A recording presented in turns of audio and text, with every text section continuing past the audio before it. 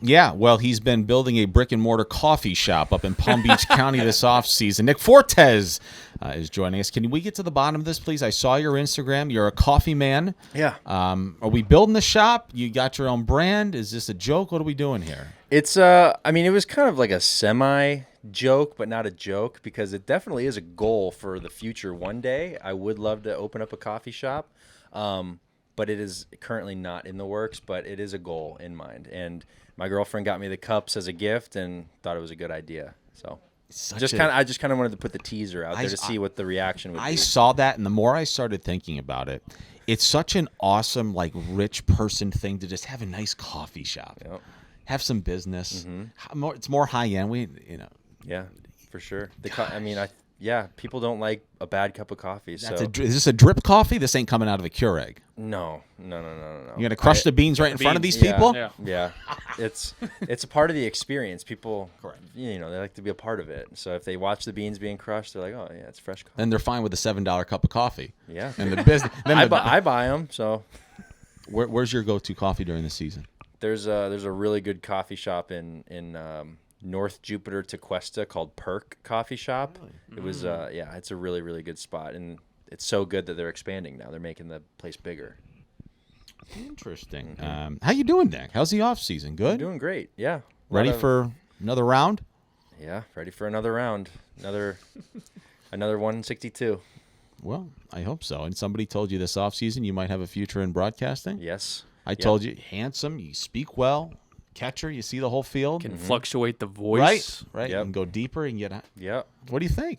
Maybe about 15 years? Yeah, I think it's in about 15 years. 100 million in the bank and 15 years later? We'll circle back, and it'll be a nice little. I'll note that. Yeah, it'll be a nice little gig for me. I think I would enjoy it.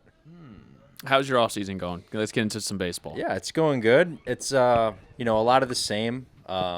Just going in, training every day, hitting, working out, throwing, running. It's just all the whole shebang. Just trying to fine tune and get better at all aspects.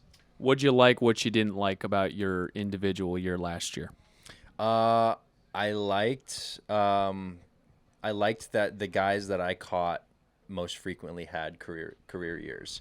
So that's obviously a big part of being a catcher is making sure that your pitchers are taken care of. And two of the main guys that I caught the majority of the year, which was Jesus and Braxton, both had career years. So that's something that I take a lot of pride in.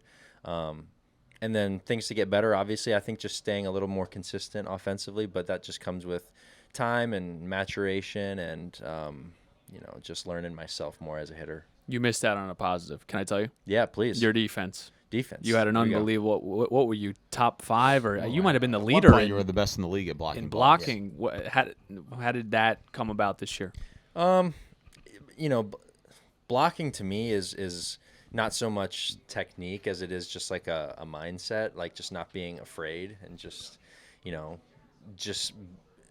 being the very, very best that you can at just all it is trying to get in front of the ball. So whatever it takes, just I think it's just more of a mindset than anything. You got beat up this year. Yeah. There were so. I know. Mindset. I get it. Yeah. I get it. I get you're a catcher and it happens, but it felt like it happened way more times in you than any other catcher that we saw this year. Do you agree with that, Kyle? Can you jump on board with me? Well, or no? you did get beat up. Come on. But how long does it take you after the season until you're like, oh, I don't roll out of bed feeling like I just got whacked around in the NFL on a Sunday? Yeah, it actually took a good month, I would say. Oh, like a good the whole month of October, I would say, was just kind of resting. Something hurt every morning. Yeah, resting / like treatment, stretching. And once October kind of came and went, then November came, and I was like, okay, I'm starting to feel better now, so we'll start getting into the training a little more intensely now. So I would say it took about a good month to go feeling back to like a normal person. It does take a different mentality, though, to Steven's point, in terms of like blocking baseballs, to just get yourself to a place where like, I'm going to get the kicked out of me tonight. When did you get to that point in your career? Was it in college where you were finally able to like not be not scared, but when we're all little, you catch it's like it's just not for me. I don't want to get hit by this thing. But how long did it take you? Like I know what I signed up for, and ain't nothing getting by me. Yeah, I've been catching my whole life, so I think it's just kind of come throughout the years.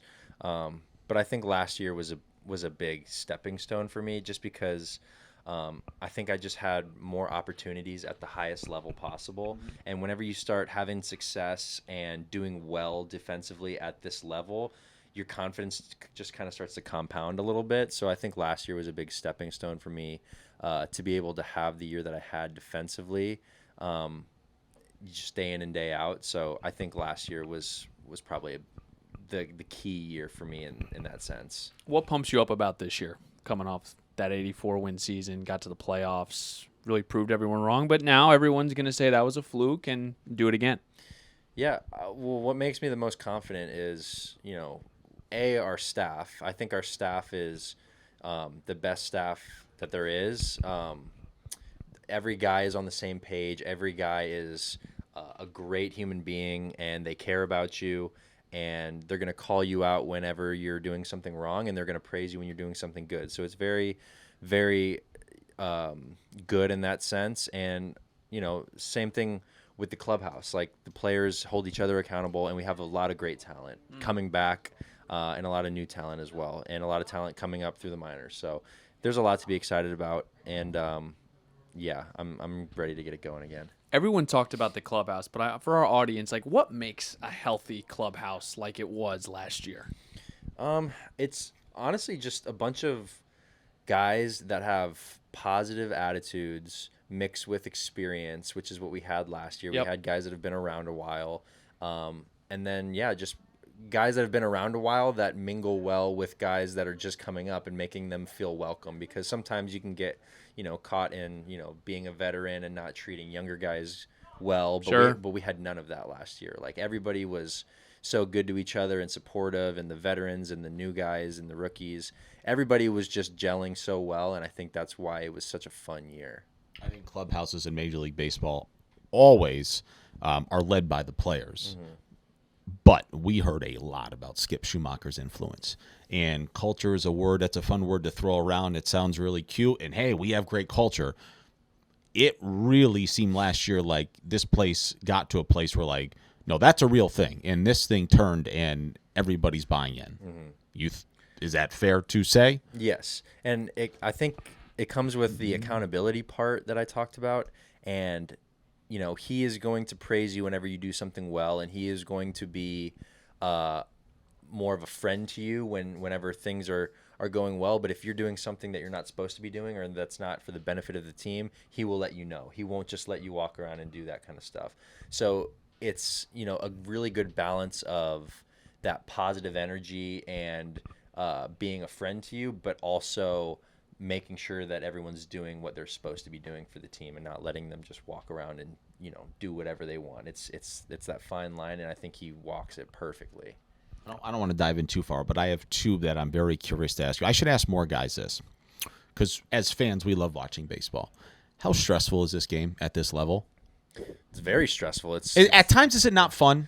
It's very fun at times, but then there's a time so when you go home and you want to bash your head against the wall, because it's just the competition at this level is so good. It's the best in the world. You got guys from all different countries playing in this league that we play in, and it's just it's a different type of sport to where we play every single day. So you're kind of forced to just face it head on, whether you're doing good or bad. Football, I know it's a very physically demanding sport, but you have the whole week to kind of reset and prepare for the next game.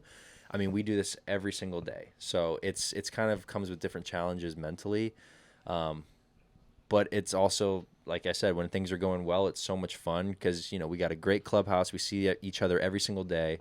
So, yeah, it's what we all signed up for, and it's a beautiful game that we play. There's also no other sport where you can suck for 2 weeks in a row, and it's like, you're back in there tonight, dude. Good luck. Yeah.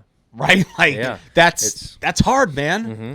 Yeah, it's interesting. It's such a long season, and it's impossible to do, so well the entire time. Like, it comes with so many ups and downs, and those ups and downs are expected. So it's so strange to where you can go 2 weeks to where you feel like you've never played baseball before, like you're like the worst baseball player ever, but you're still like, hey, you're the guy, and you go in there, and then you can catch a hot streak and then feel like you're the man and you can do no wrong for 2 weeks. So it's like, it's such an up and down, but that's why it's important to have, a good clubhouse around you, very even keel, and the staff as well, to keep everyone level headed through those ups and downs. Do you do anything mentally? Do you journal? Do you meditate? How do you take care of your mental health if you do, or is it you just don't have enough time because every day is like, all right, next game? No, it's very important, and it's something that I've kind of gotten into a little more recently, especially last year, because there's so much good, and then there's so much bad that comes with the season. So I think journaling and that kind of stuff, and that's why we have a great mental skills coach in Marius to help us along the way, because it's very hard to do this alone. It's a lot of lonely place, dude. It's a lot of work. It's a lot of stress. It's almost impossible to do it all alone. It takes a village. That's why family support's so important. And yeah, that kind of stuff, like taking care of your mental, is very big when it comes to a full season like this. My last one for you. The catching position is extremely demanding, and you said something early on in our conversation about wanting to be more consistent offensively.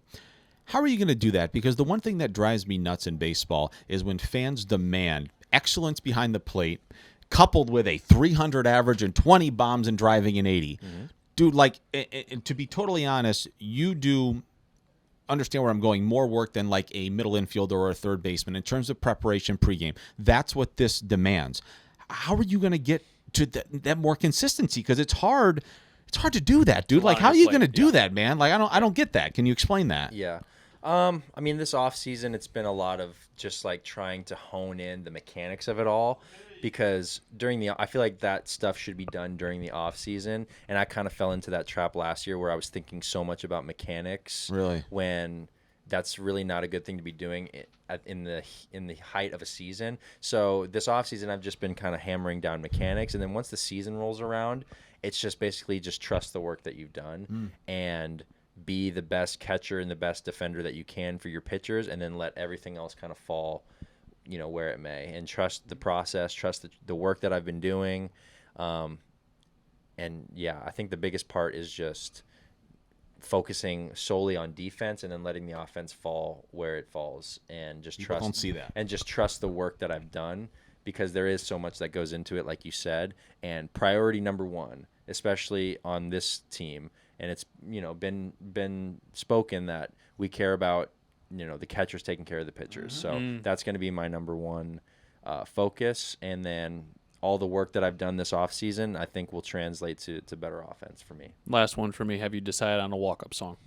Not yet. And no songs kicking around, or no? We're gonna go clean slate. Not yet. It's honestly haven't even thought about it yet. Genre you need though, or you're very, very open. What did you go with last year? I'm very open. I don't even remember, to be honest. I think I tried a couple different ones to try to switch stuff up, but no, I have not even gotten to that point yet. I've been focused on the important a lot stuff, of different.